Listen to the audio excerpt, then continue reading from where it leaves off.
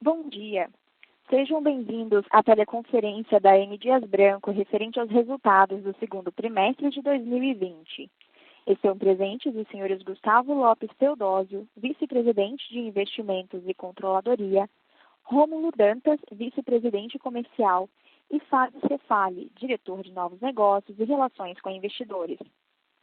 Informamos que este evento será gravado e que durante a apresentação da empresa todos os participantes estarão apenas ouvindo a teleconferência. Em seguida, iniciaremos a sessão de perguntas e respostas apenas para analistas e investidores, quando mais instruções serão fornecidas. Caso alguém necessite de assistência durante a teleconferência, por favor, solicite a ajuda de um operador, digitando *0. O áudio está sendo apresentado simultaneamente na internet, no endereço www.mdiasbranco.com.br/ri. Gostaríamos de esclarecer também que eventuais declarações que possam ser feitas durante essa teleconferência, relativas às perspectivas de negócios da M. Dias Branco, projeções e metas operacionais e financeiras, constituem-se em crenças e premissas da diretoria da companhia, bem como em informações atualmente disponíveis.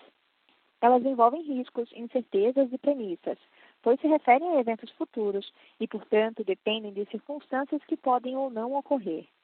Investidores devem compreender que condições econômicas gerais da indústria e outros fatores operacionais podem afetar o desempenho futuro da M. Dias Branco e conduzir a resultados que diferem materialmente daqueles expressos em tais considerações futuras. Agora, gostaríamos de passar a palavra ao Sr. Gustavo, que iniciará a apresentação. Por favor, Sr. Gustavo, pode prosseguir. Bom dia a todos. Sejam bem-vindos à conferência da M. Dias Branco. Espero que todos vocês e seus familiares estejam bem. Bom, faço questão de iniciar a conferência reconhecendo o empenho e o comprometimento dos nossos 17.503 colaboradores que estão trabalhando arduamente em nossas fábricas, moinhos, centros de distribuição ou mesmo em suas residências em todas as regiões do Brasil, para assegurar o abastecimento dos alimentos que produzimos, mantendo sempre o nosso padrão de qualidade. É um time bastante batalhador, comprometido e que tem entregue excelentes resultados. Temos um verdadeiro orgulho dessas pessoas que se superam a cada dia.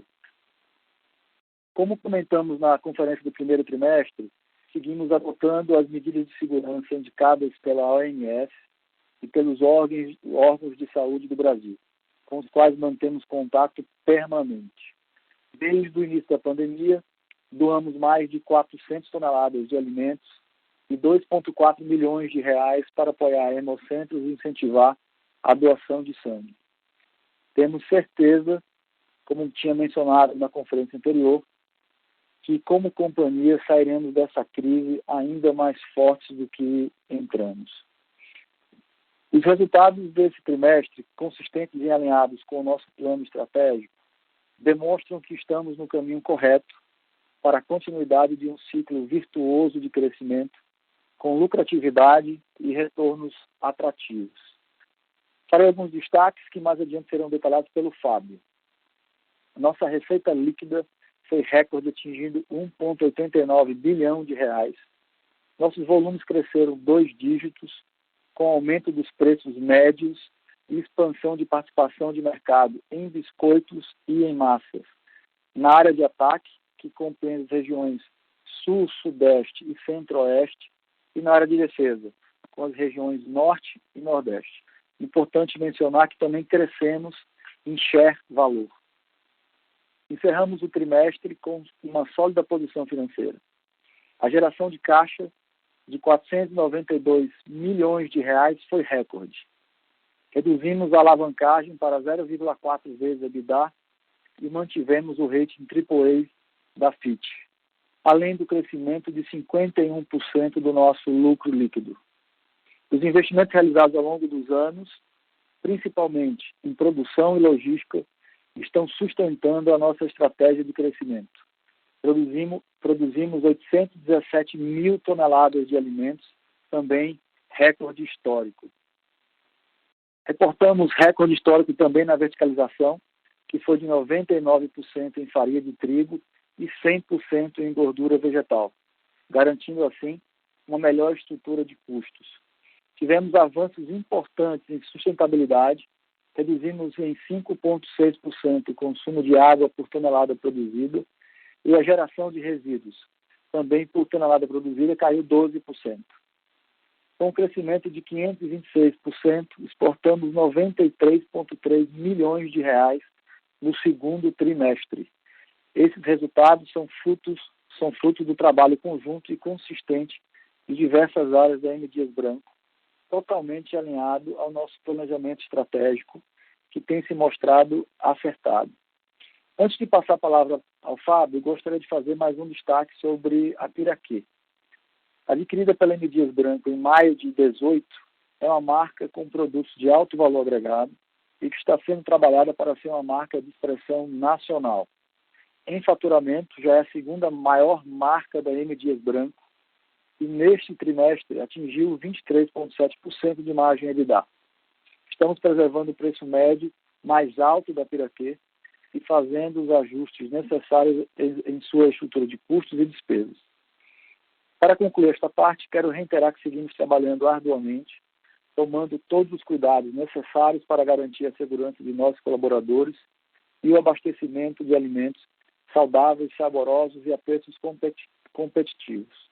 Estamos seguindo a nossa estratégia de crescimento nas áreas de ataque, defesa e no mercado externo, alavancando o potencial de nossas 19 marcas e trabalhando de forma incansável na busca de oportunidades de ganhos de produtividade.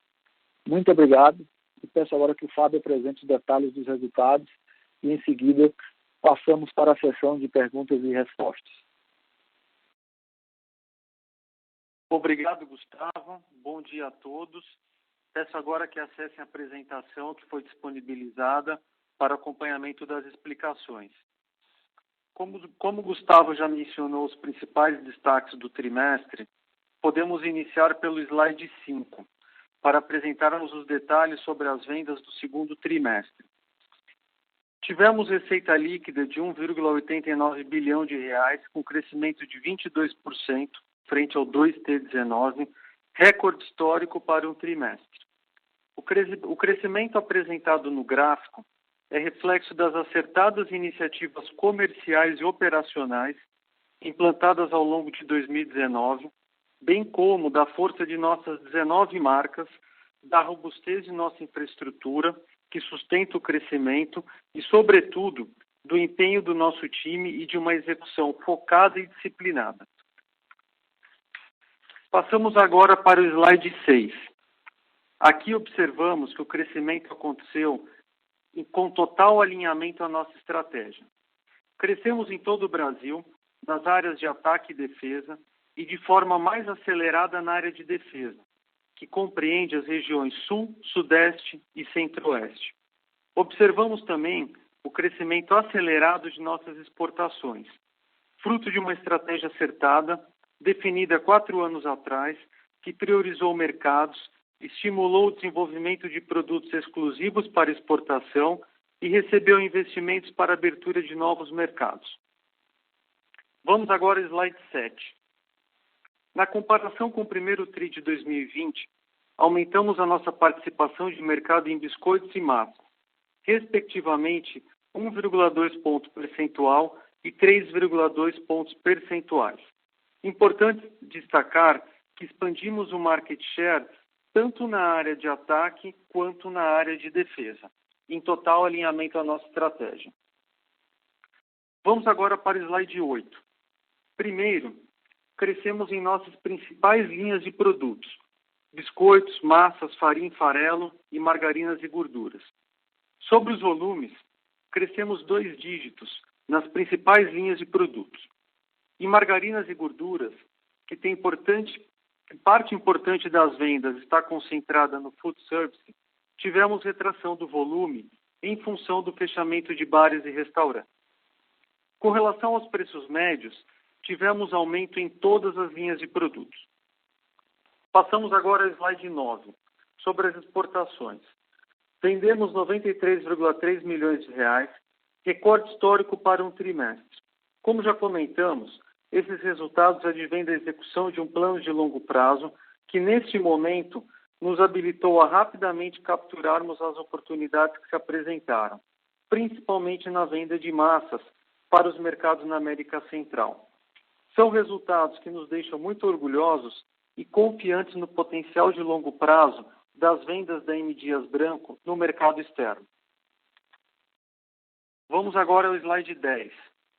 Como observado, pelo quarto trimestre consecutivo, estamos ampliando os nossos volumes com níveis adequados de descontos. Passamos agora ao slide 11. Fruto da força de nossas marcas e da qualidade de nossos lançamentos e produtos, observamos, como por exemplo na categoria de biscoitos, uma tendência crescente de participação dos lançamentos em nossas vendas. Importante destacar também que a Vitarella, nossa maior marca, é a marca número 1 na categoria de biscoitos no Brasil, segundo a pesquisa de Brand Footprint da Kantar. Ainda em relação aos nossos lançamentos, destaque para o Vitarella Cristal, que é um produto levemente doce com cristais de açúcar caramelizado que tem sido um sucesso de vendas. Vamos agora para o slide 13. Para o slide 12. O atual contexto de mercado nos estimulou a acelerarmos a nossa presença no e-commerce, movimento que já estava presente em nossos planos de médio e longo prazo, mas que neste momento aumentamos a prioridade. Assim, iniciamos uma reestruturação da área com recursos e pessoas dedicadas e já estamos presentes em algumas das principais plataformas no Brasil. Marcas como Piraquê e Adria, fortes no varejo tradicional, mostram-se também fortes no canal de e-commerce. Vamos agora para o slide 13. Como mencionado pelo Gustavo, a Piraquê, adquirida por nós em 2018 por 1,5 bilhão de reais, marca referência no Rio de Janeiro e no Espírito Santo, está crescendo fora de seus mercados tradicionais, mantendo seu patamar histórico de margem bruta, próxima dos 46%, e com evoluções importantes e sustentáveis em sua estrutura de custos e despesas, que permitiram que a margem EBITDA alcançasse os 23,7% nesse trimestre. Este nível de crescimento com ampliação da lucratividade reforça a nossa tese de investimento na Piraquê. Passamos ao slide 15. Importante fazer aqui alguns destaques antes de entrarmos no EBITDA. Atingimos percentuais recordes de verticalização, 99% em farinha de trigo e 100% em gordura vegetal, e estruturalmente importantes para a disponibilidade com qualidade dos nossos principais insumos e também para as nossas margens. Vamos agora ao slide 16.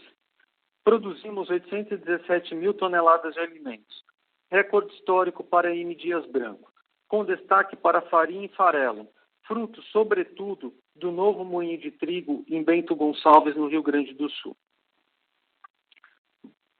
Vamos agora para o slide 18, sobre o trigo. A farinha de trigo teve uma representatividade maior em nossos custos, quando comparamos com o 2T19 e 1T20, essencialmente pela desvalorização do real. Observamos um aumento de 12% no custo desse insumo, em reais, em nossos resultados. Passamos agora para o seguinte slide, sobre o EBITDA. Tivemos crescimento de 23,5% na comparação com o 2T19 e de 54% na comparação com o primeiro semestre de 2019, sendo que no acumulado do ano também tivemos expansão de margem. Podemos passar agora para o slide seguinte, sobre a variação da margem EBITDA entre o 2T19 e o 2T20.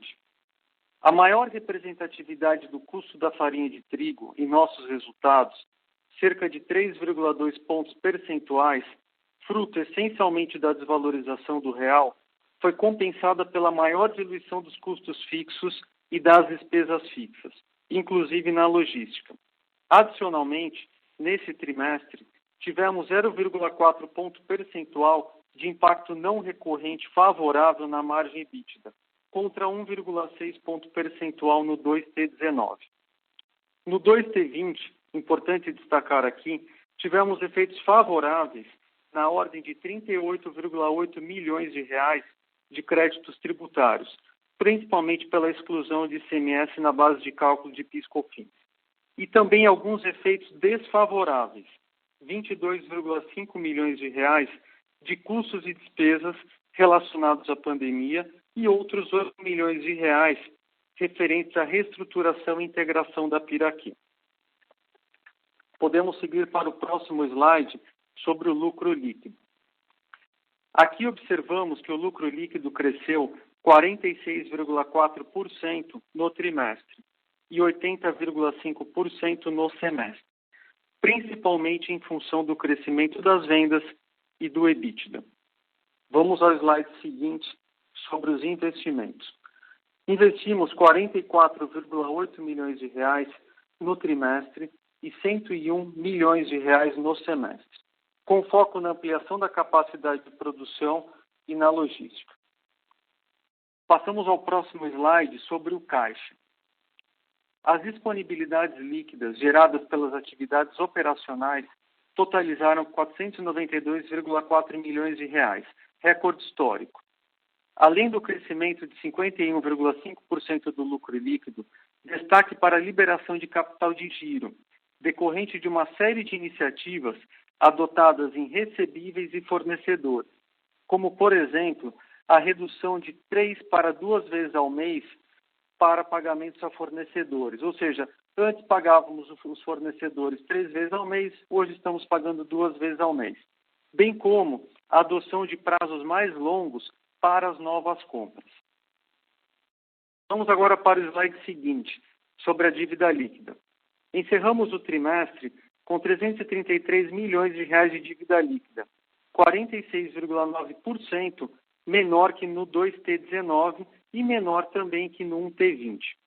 Nossos resultados e balanço reforçam a solidez financeira da M. Dias Branco, mantendo o rating AAA pela Fitch Ratings. Vamos agora para o slide de sustentabilidade, o último dessa sessão do call. Sustentabilidade é uma área que também tivemos avanços importantes e consistentes. Reduzimos o consumo de água, reduzimos a geração de resíduos, reduzimos a frequência de acidentes de trabalho e estamos trabalhando arduamente para melhorar a reciclagem de resíduos. Como comentamos na teleconferência do primeiro trimestre, diante da pandemia, adotamos uma série de medidas para a proteção de nossos colaboradores. Doamos produtos, foram mais de 2,4 milhões de reais para a doação de sangue. E para concluir esse tema, é importante mencionar que no dia 7 de agosto, nosso Conselho de Administração aprovou a nossa política de sustentabilidade.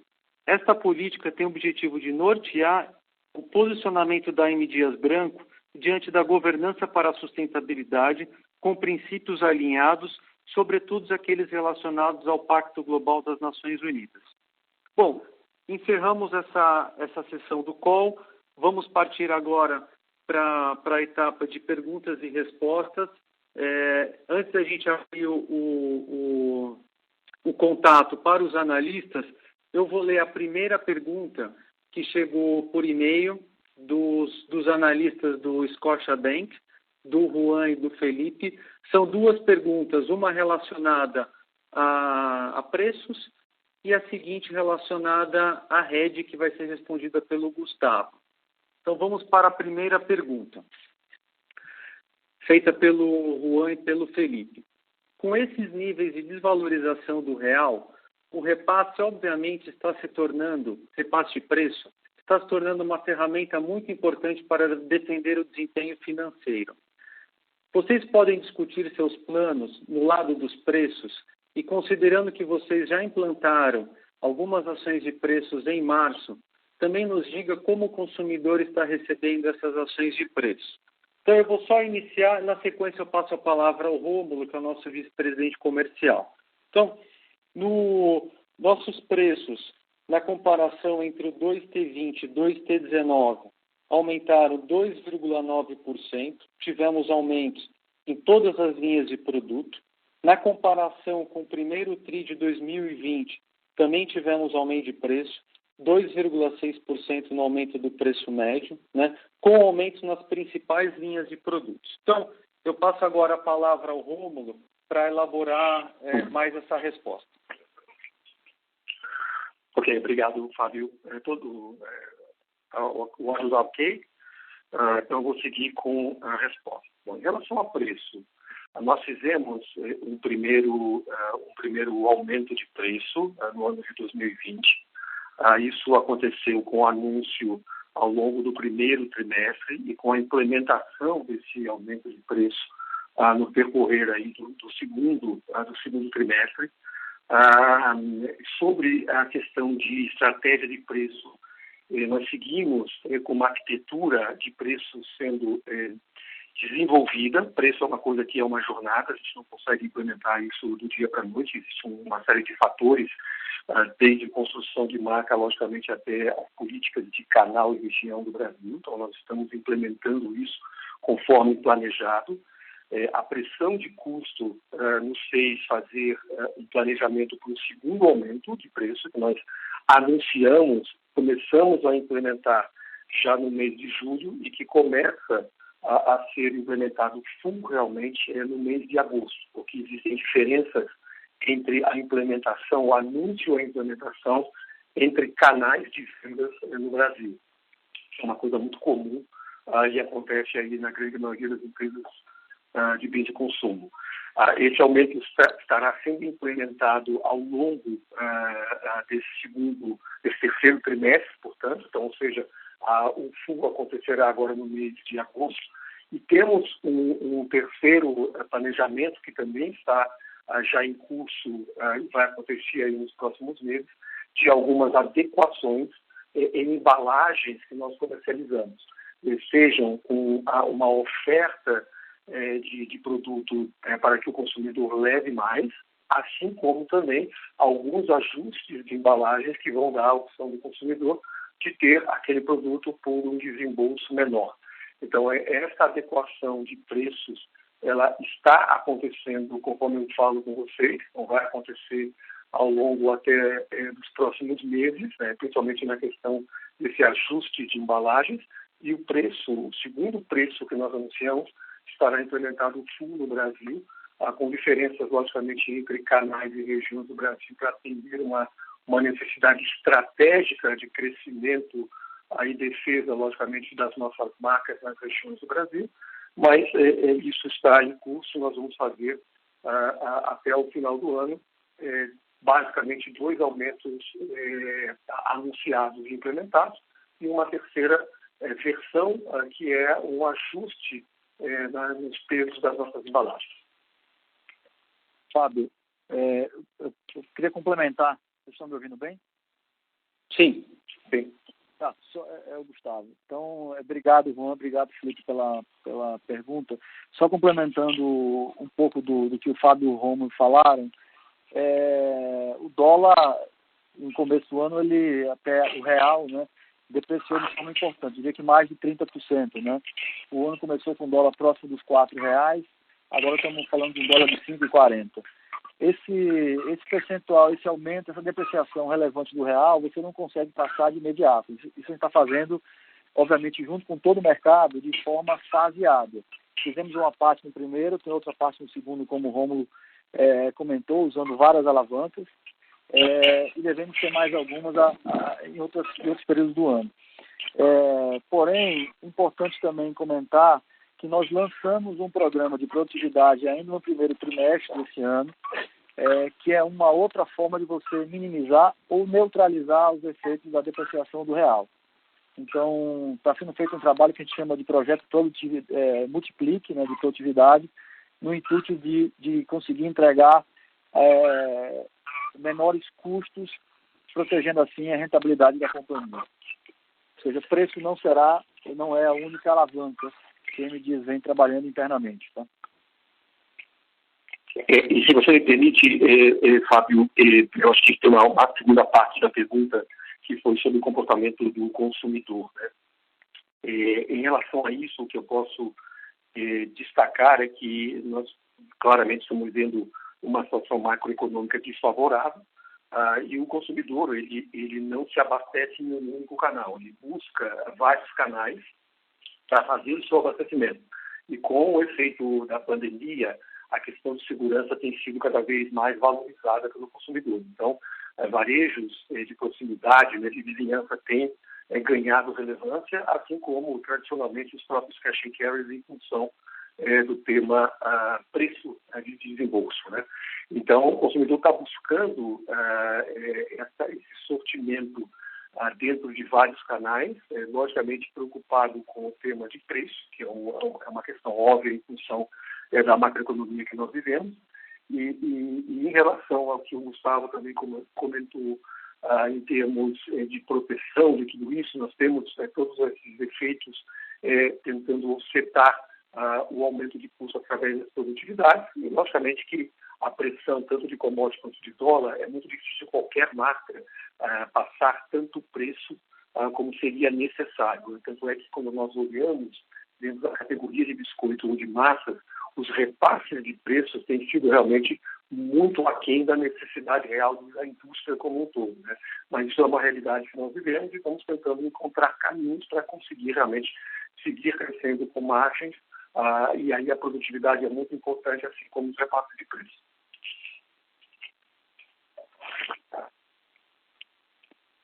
Rômulo, obrigado. É o Fábio novamente. Eu vou seguir para a segunda parte da pergunta do Juan e do Felipe, que é sobre a política de hedge, né?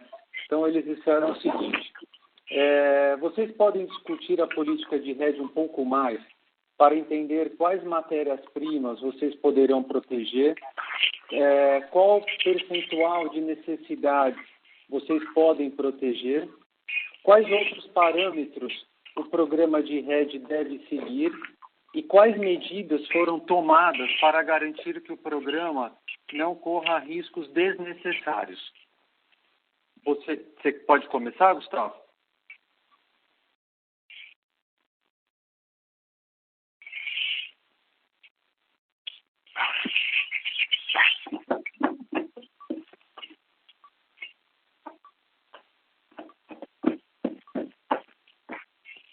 Gustavo? Alô, voltei aqui. Oi, Fábio. Tá bom, vamos lá. Bom, falando de hedge cambial, nós temos feito executado a política de hedge para todas as commodities, né, começando ali com trigo, passando pelo açúcar, óleo de palma, e também para todos os CAPEX adquiridos em moeda estrangeira.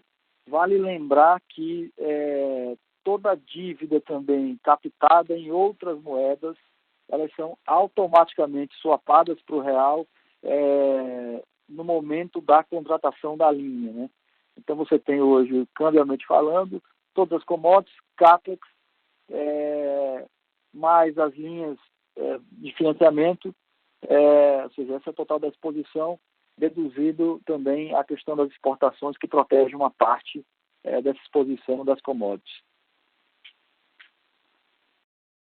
E, Gustavo, se você me permitir complementar, logo no lançamento da política de hedge, que foi aprovada pelo Conselho de Administração, nós organizamos um comitê de hedge que se encontra periodicamente para dar os direcionamentos, né, para os times que estão diretamente envolvidos nisso, e é um comitê de hedge formado por membros da alta administração, por vice-presidentes, diretores executivos e colaboradores técnicos das áreas de tesouraria, riscos e suprimentos, né?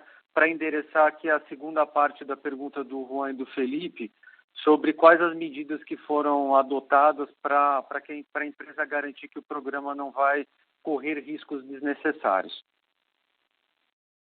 Perfeito. Só acrescentaria, Fábio, que além das pessoas internas, fazem parte desse comitê sempre membros independentes também, seja bancos, seja consultorias, que nos orientam em relação a tendências, enfim, tanto de moedas como dos commodities operados pela M. Dias, né? Correto. Obrigado, Gustavo. Então agora eu já peço para a operadora para a gente seguir para as demais perguntas, abrindo para os próximos analistas, por favor. Obrigada. Iniciaremos agora a sessão de perguntas e respostas, apenas para investidores e analistas. Caso haja alguma pergunta, por favor, digitem *1. Se a sua pergunta for respondida, você pode sair da fila digitando *2. As perguntas serão atendidas na ordem em que são recebidas. Solicitamos a gentileza de tirarem o fone do gancho ao efetuarem a pergunta. Dessa forma, uma ótima qualidade de som será oferecida. Nossa primeira pergunta vem de Luciana Carvalho, do Banco do Brasil. Bom dia a todos, Gustavo, Rômulo, Fábio, obrigada pela oportunidade. Eu tenho 3 perguntas, né? A primeira é mais voltada para volumes. Vocês têm reportado aí aumento de volumes, tanto na comparação anual quanto na comparação trimestral, né? E aí, se vocês puderem falar um pouco como que vocês estão esperando esse segundo semestre em termos de volumes, né? Quanto que desse volume é reflexo desses consumidores em supermercados, e aí pequenos varejos, como vocês já comentaram, né? Quanto que dessa reabertura que a gente pode esperar para o segundo semestre pode impactar os volumes de M Dias. Então, essa primeira pergunta seria mais volume, o que a gente pode esperar para frente, né? A segunda pergunta seria sobre essa sinergia de Piraquê, né, e essa margem aí de 23,7% margem EBITDA que vocês reportaram. Se vocês conseguirem dar um pouquinho mais de detalhes, né, dessa sinergia, vocês avançaram aí em termos de verticalização, posicionamento, queria entender um pouco a sustentabilidade dessa margem, né, o que a gente pode esperar aí para frente, em termos de avanços em rentabilidade, o que a gente pode esperar de margem para frente. E aí a terceira pergunta seria, considerando, né, esses avanços em sinergia com o Piraquê, né, a última aquisição de vocês e até a redução do endividamento líquido, eu queria entender um pouco a estratégia da empresa para frente em termos de crescimento, né, o foco de repente vai ser continuidade no crescimento orgânico, e aí de repente isso poderia incluir a volta do projeto, né, da planta em Juiz de Fora, ou faria sentido talvez pensar em um crescimento inorgânico diante das oportunidades que podem surgir para frente? Essas seriam as 3 perguntas. Obrigada. Fábio, posso sugerir aqui, para a gente se organizar, Sim. Deixa eu falar um pouco dos volumes e do crescimento orgânico ou inorgânico, e talvez o Rômulo possa complementar a questão dos volumes e da Piraquê. Pode ser assim? Combinado. Pode ser. Tá bom. Luciana, obrigado pela tua pergunta. A gente não pode falar muito dos volumes futuros, a gente não costuma dar guidance, mas o que a gente pode falar é que a demanda continua forte. A gente tinha uma preocupação lá atrás, né, principalmente com essa redução, essa previsão de queda do PIB, que nós já sentiríamos esse efeito de uma economia mais restrita nesse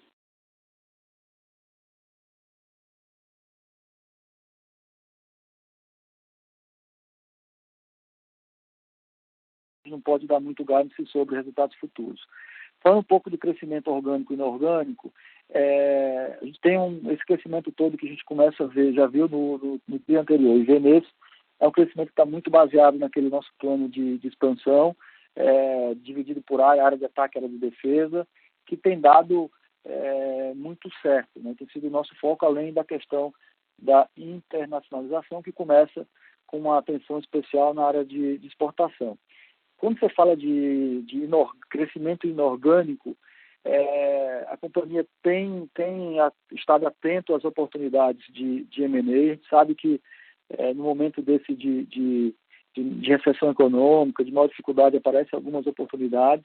A gente tem algumas categorias que estão, vamos dizer assim, indicadas no nosso plano estratégico como alguns targets, e o que a gente pode falar é que estamos executando nosso plano de expansão para crescimento orgânico e também estamos atentos às oportunidades do lado do inorgânico. Quanto à planta de Juiz de Fora, ela tinha sido planejada lá atrás muito para atender o mercado que nós não estávamos, né? Ali Minas Gerais, Rio de Janeiro, avançando um pouco, inclusive, para São Paulo. O que acontece é que com a aquisição da Piraquê, que está ali próximo, né? Essa necessidade de ter uma planta naquela região, ela deixou de fazer sentido no momento. Então, o que a gente pode falar é que esse projeto, no momento, com a aquisição da Piraquê, ficou para um outro momento. Romo, se você quiser complementar o Fábio um pouco da sinergia com o Piraquê, volume esperado tomando cuidado com o gás, fique à vontade. Não, ok. Em relação ao volume, Luciana, eu acho que não tenho a dúvida que o efeito Covid, tanto em massa, muito mais do que até em biscoito, ele ajudou a acelerar algumas coisas que nós tínhamos no nosso planejamento, não tenho dúvida. Então, assim, a semana 12, que foi a semana quando houve o evento pandemia declarado, que as pessoas correram, houve um pico, esse pico, logicamente, esvaziou os níveis de inventário do trade e a gente veio repondo ao longo do tempo. O que a gente tem feito de forma muito planejada e estruturada é acompanhar, né, tanto o sell-out das nossas categorias dentro das principais redes, né, de onde nós temos leitura, assim como o inventário. E dado esse movimento, toda a estratégia que vocês já conhecem, né, de arquitetura de preços, expansão de novos modelos do nosso go-to-market, aumento da nossa distribuição, eles estão sustentando esses volumes de forma planejada e estrategicamente desenhada. Então, ou seja, quanto ao futuro, a gente não dá realmente guidance, Luciana, mas tudo que nós nos prontificamos a fazer, nós estamos executando. Em relação à Piraquê, a Piraquê ela tem uma sinergia que nós estamos expandindo agora pelo Brasil. Então, nós temos crescido realmente de forma muito sustentável os volumes da Piraquê, aí usando, logicamente, toda a estrutura existente da M Dias, né, de forma, logicamente, inteligente, planejada, para você conseguir se alavancar baseado nisso. Então, a Piraquê tem um posicionamento de marca superior, é uma marca que vem de muito mais diferenciação, inovação, do que propriamente a categoria de biscoito como um todo. E nós estamos levando isso, lógico, para o Brasil como um todo, usando a estrutura existente do nosso negócio para conseguir, aí sim, fazer essas sinergias de expansão e, consequentemente, garantir margens melhores. Romo, você permitiu complementar essa parte da Piraquê, aí a questão de margem colocada pela Luciana. Quando a gente adquiriu a Piraquê tinha uma margem líquida de 14% e uma margem bruta próxima dos 46%. Né? Nesse trimestre, a Piraquê encerrou com quase 24% de margem líquida e a mesma margem bruta de 46%. E esse trabalho de evolução da margem EBITDA aconteceu ao longo dos últimos 2 anos, em várias frentes. Na verticalização de farinha de trigo, hoje 98% da farinha de trigo consumida pela Piraquê é produzida pela M. Dias Branco, nos moinhos que temos na Bahia e no Rio Grande do Sul. Evoluímos a estrutura de custos e despesas, tanto do ponto de vista fabril quanto de distribuição. Capturamos sinergias importantes no D&A, ou seja, em toda a parte administrativa e, mais recentemente, no comercial. Né? Então, quando a gente olha todas as linhas do resultado da Piraquê, nós já tivemos captura de sinergia. Não foi um processo que aconteceu de um trimestre para o outro, mas foi um processo que foi construído de forma muito sustentável ao longo dos últimos 2 anos. Ótimo, muito claro, obrigada. Próxima pergunta vem de Lucas Ferreira, de JP Morgan. Pessoal, bom dia. Estamos escutando bem? Estamos sim, Lucas. Sim. Legal. Obrigado, pessoal. Bom dia. Eu queria comentar sobre as mudanças de canais, né? O que chamou a atenção no trimestre, o tamanho da distribuição, como o cash and carry ficou menor, né, no mix de vocês. Então, entender quanto mais a gente pode ver disso, né, quanto maior pode ser a distribuição, principalmente na área de ataque. E se vocês pudessem comentar, mesmo que qualitativamente falando, se isso teve algum impacto de margem no trimestre, ou seja, se tem uma distribuição maior, isso reduz sua margem ou não, isso estava dentro do esperado ou não. E Fábio, desculpa só insistir um pouquinho a mais em ponto da Piraquê. Você mesmo falou que a margem era 14% que vocês compraram, mas eu lembro também vocês fazendo comentários que a Piraquê deveria ter uma margem similar ou até um pouquinho maior que a da M Dias, que na época era por volta dos 17%, 18%. E essa margem hoje surpreendeu, né? Está em 24%. Eu queria entender só se vocês acham que essa margem hoje ela é maior do que vocês tinham no plano estratégico na época que vocês compraram o ativo, né? Se vocês se surpreenderam positivamente com algumas linhas, algo que se saiu melhor do que o esperado. E por fim, só para entender se essa margem de 24%, obviamente mantendo constante o trigo aí, mas se ela pode ser ainda maior, se vocês ainda veem mais espaço para melhorar o portfólio, ou eventualmente ainda mais até a estrutura de custos e despesas da Piraquê. Obrigado. Tá bom. Para organizar, Rômulo, Gustavo, posso começar com Piraquê, depois a gente passa eu te passo para o Rômulo para a questão dos canais? Claro. Tá bom, vamos lá então. Lucas, estamos muito satisfeitos com a marca com a margem da Piraquê, né? Como eu comentei para a Luciana, acho que assim, é importante notar que não foi uma melhora que aconteceu em 1 ou 2 trimestres, mas é um trabalho que tem sido feito desde maio de 2018, né? Sempre dissemos assim, que estruturalmente a Piraquê deveria ter uma margem EBITDA superior à da M Dias, pela sua margem bruta, né? A Piraquê tem uma margem bruta próxima ali dos 45%, 46%. O preço médio do biscoito da Piraquê é o dobro do mix da M Dias, né? São produtos de alto valor agregado. E o que a gente tem observado nesses últimos anos, ou quem tem confirmado, é o potencial da Piraquê, não só nos seus mercados tradicionais, mas no país todo. Então, hoje a Piraquê está crescendo em São Paulo, em Minas Gerais. Faz mais de um ano que vendemos Piraquê no Nordeste e os resultados são muito bons, né? Mantendo o seu preço médio e as suas margens, né? Então, assim, estamos, sim, positivamente impactados pelos resultados da Piraquê e muito satisfeitos, né? Então, assim, essa margem não é um one-off, né? E acreditamos, assim, que essa margem é recorrente e, sim, há possibilidade de melhorarmos ainda mais. Ok. Bom, posso passar a responder agora a parte da tua pergunta, Lucas, que fala um pouco de canais, né? Primeiro que nós voltamos a crescer em todos os canais. Então, lógico, quando você olha a participação, existe uma diferença de participação entre eles, mas isso dentro também de um planejamento estipulado, onde nós queríamos melhorar a nossa participação nos demais canais do Brasil. Então, como eu comentei, o brasileiro se abastece no omnichannel, né? Então ele vai a vários canais. E com isso, a estratégia era justamente criar esse equilíbrio melhor entre marcas e regiões dentro dos canais de venda. Então nós conseguimos fazer isso e lembrando que eu já tinha apresentado, acho que para vocês, um tema de marcas exclusivas para alguns desses canais, alguns desses clientes do canal Cash & Carry. Isso está funcionando bem, está avançando, e nós voltamos a crescer também com as nossas marcas tradicionais dentro desses canais. Então, isso está avançando. Quando nós olhamos isso no efeito de expansão do nosso go-to-market, nós abrimos esse ano, para você ter uma ideia, uma grande quantidade de distribuidores na área de ataque, mas também na área de defesa em algumas regiões estratégicas que a gente precisa se posicionar e se proteger. Então, esse modelo está funcionando das duas formas.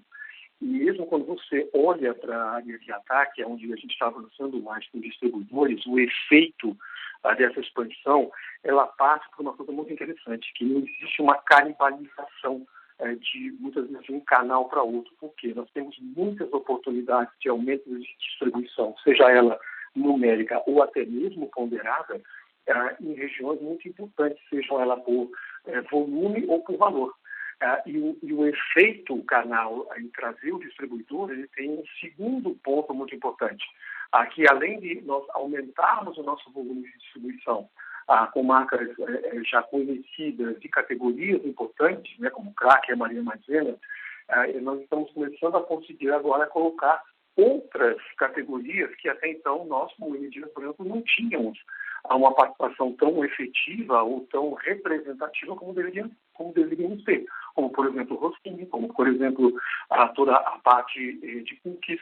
Então, isso vai nos ajudar com essa estratégia a gerar não só volume, mas também gradativamente melhorar o valor, porque são categorias que têm um valor por quilo melhor e, consequentemente, uma margem melhor.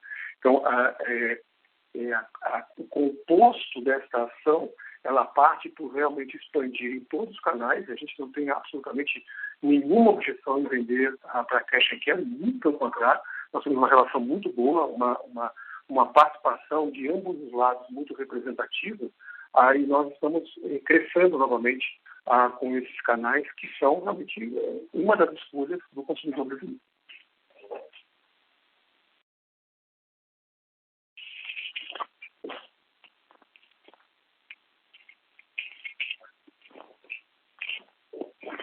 Bom, podemos passar para a próxima pergunta. Obrigada.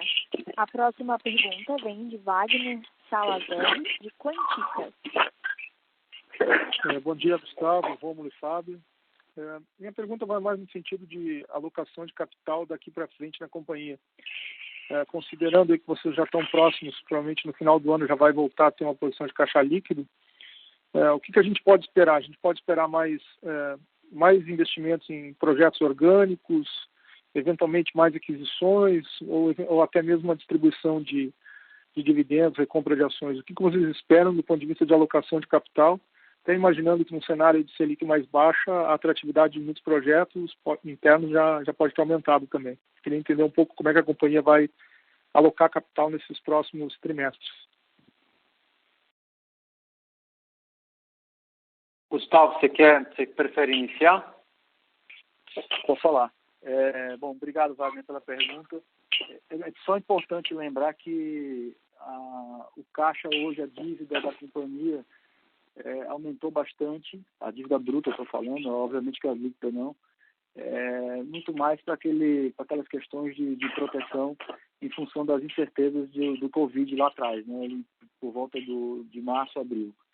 A gente não tinha noção exata qual seria o quanto essa pandemia iria atingir nossas plantas, enfim, acabou não tendo pouquíssimo efeito. Então a gente não deve renovar grande parte das linhas que foram tomadas no início do ano. Tem sim investimentos em linhas de produção, tanto no que tange a automatização quanto aumento de capacidade. Diria que tem um trabalho importante que está sendo feito agora de planejamento para o curto prazo. A gente está fazendo a revisão exatamente capacidade por capacidade, linha a linha. Claramente, nitidamente, já tem algumas coisas para serem feitas nas gorduras e nas massas. Mais uma vez, a questão do M&A é algo que está sempre no nosso radar. Mais uma vez, estamos super atentos às oportunidades que estão aí dadas no mercado. Então, é algo que faz parte, é importante considerar. E quanto à recompra das ações, a gente lançou um plano de recompras lá atrás, né, este ano. Ele é válido por 18 meses e a resposta é sim, a companhia tem intenção em algum momento de retomar as compras.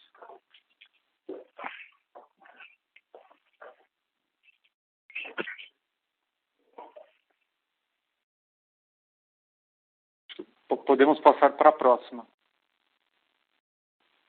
A nossa próxima pergunta vem de Isabela Simonato, de Bank of America.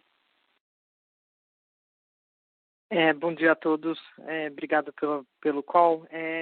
A minha pergunta é em relação à rentabilidade, olhando mais para o longo prazo, né? Assim, em momentos que a gente vê há alguns anos, né, uma inflação de custo bastante constante, em momentos de repasse que nem sempre são tão favoráveis, né?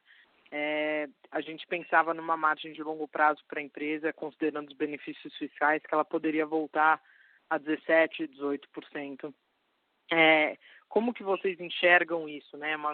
Uma vez que vocês têm já programas de produtividade rodando, vocês rodam com SG&A que vem sendo enxugado, né, a cada trimestre, como que a gente pode olhar a margem de longo prazo? Obrigada.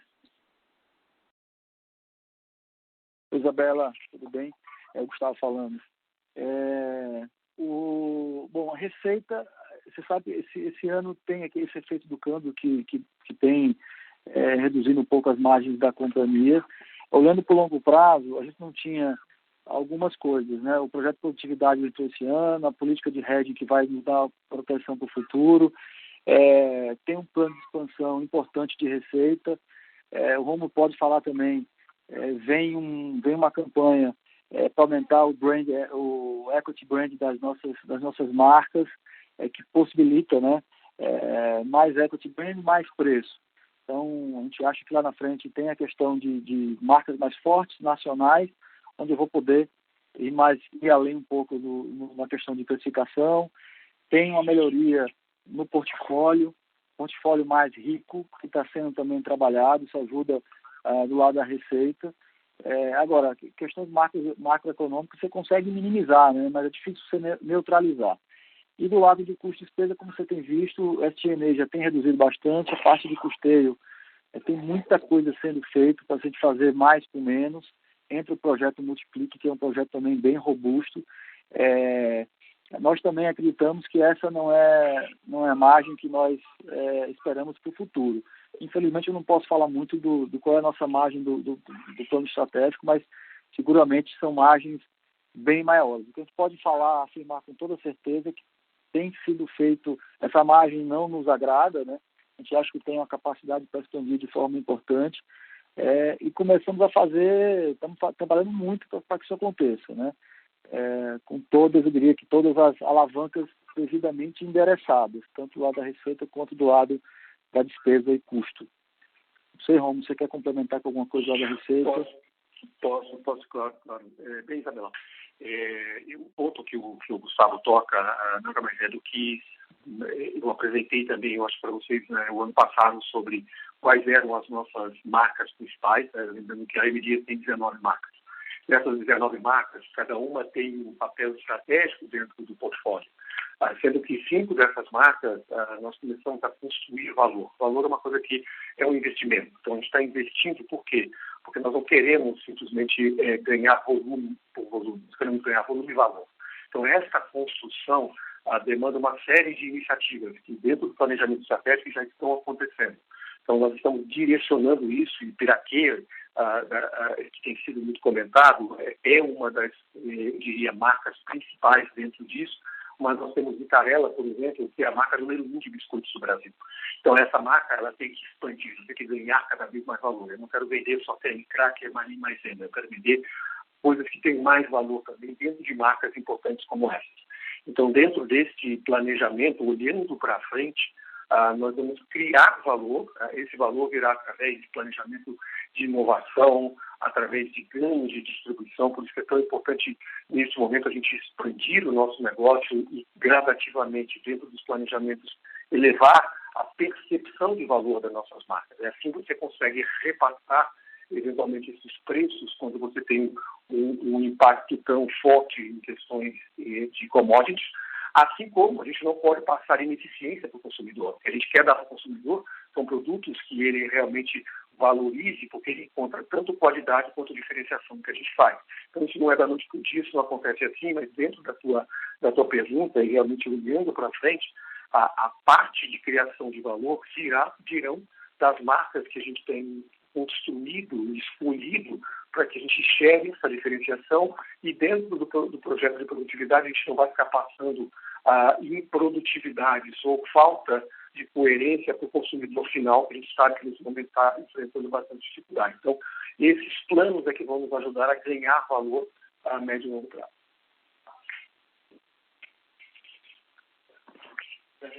Obrigada. Nossa próxima pergunta vem de Tiago Duarte, de BTG Pactual.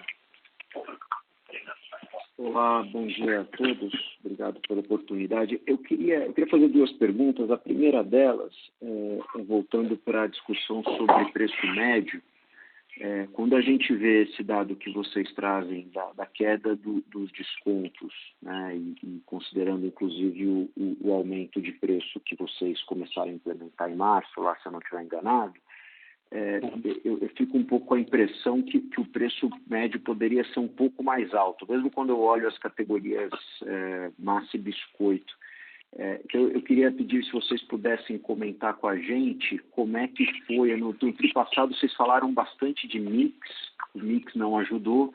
Nesse tri vocês não falaram disso. Então eu queria que vocês pudessem discutir com a gente como é que foi o impacto mix, ou impacto canal, ou impacto região, para a gente construir esse preço médio do trimestre, dado essas vertentes bem positivas que vocês trouxeram, como, por exemplo, a queda dos descontos que vocês vêm implementando ao longo dos últimos meses. Essa é a minha primeira pergunta. A segunda pergunta tem alguns dados que vocês trouxeram nos trimestres passados e não trouxeram agora, mesmo que vocês não tragam dados, vocês puderem também falar com relação a volumes qualitativamente. Primeiro, com relação a volume de estoque no canal, se a gente deveria imaginar, por conta de todas essas mudanças de perfil de canal de consumidor nesse tri, se houve alguma diferença relevante entre o sell-in e sell-out, e se houve alguma volatilidade relevante naquela venda mensal que vocês trouxeram e tinham equalizado muito bem ano passado, só para saber se aquilo também se mantém quando a gente fala de volumes. Essa seria a segunda pergunta. Muito obrigado. Rômulo, você pode falar de preço e estoque, mas deixa eu só fazer um comentário sobre a questão dos mix, acho que é importante. Thiago, obrigado pela tua pergunta. A gente teve, sim, quando a gente olha para os preços, se a gente olhar isolando os efeitos, o preço realmente repassado foi maior do que o dado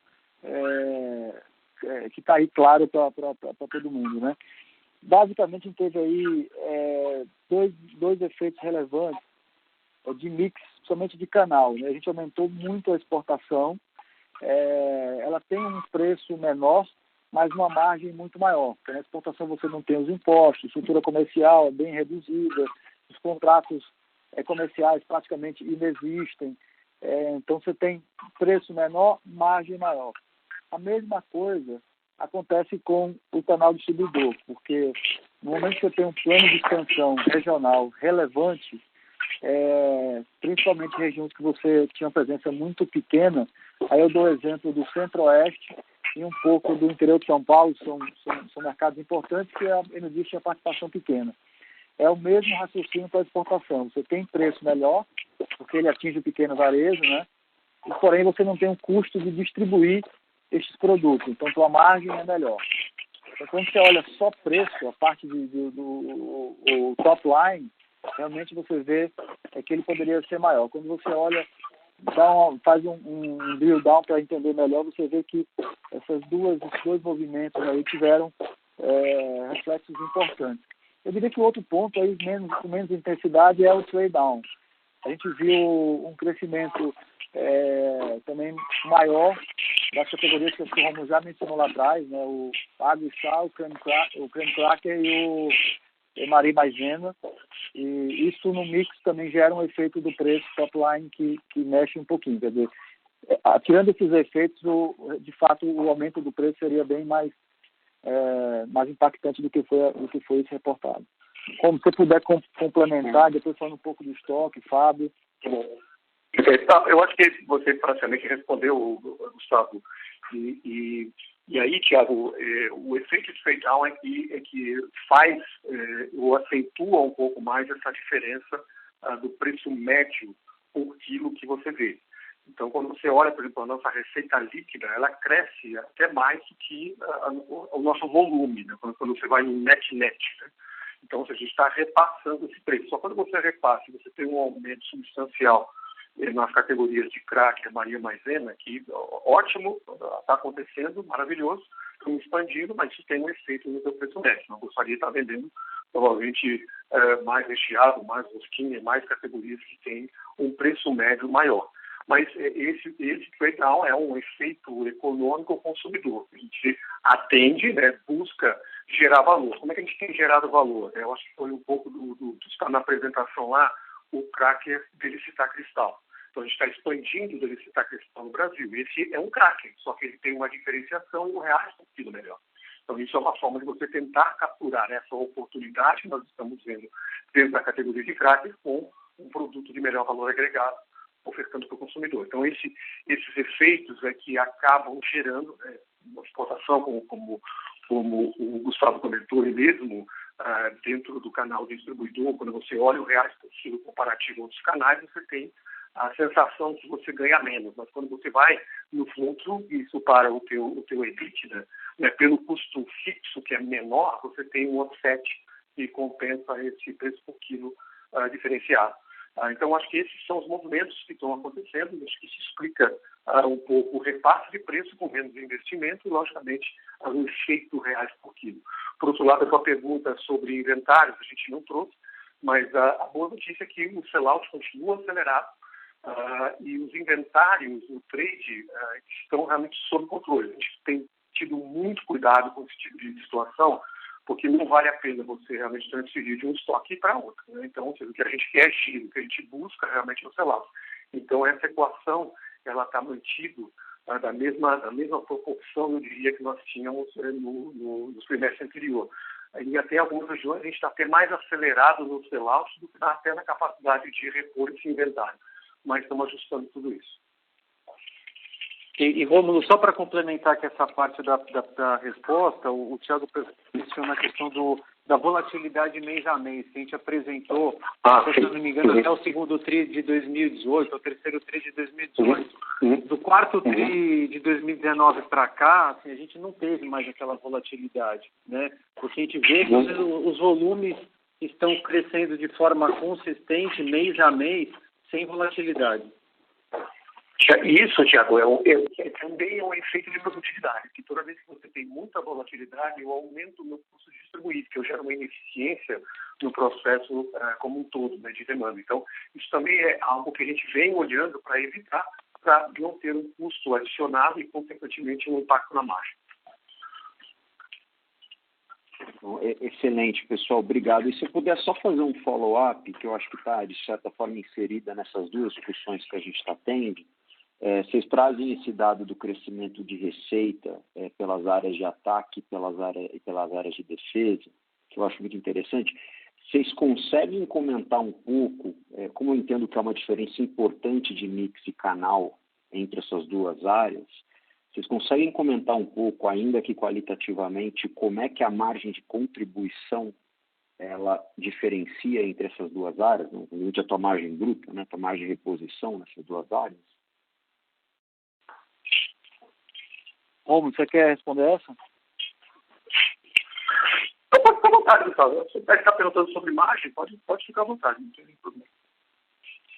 Tá. O que a gente percebe, Thiago, agora a gente não tinha um canal distribuidor relevante.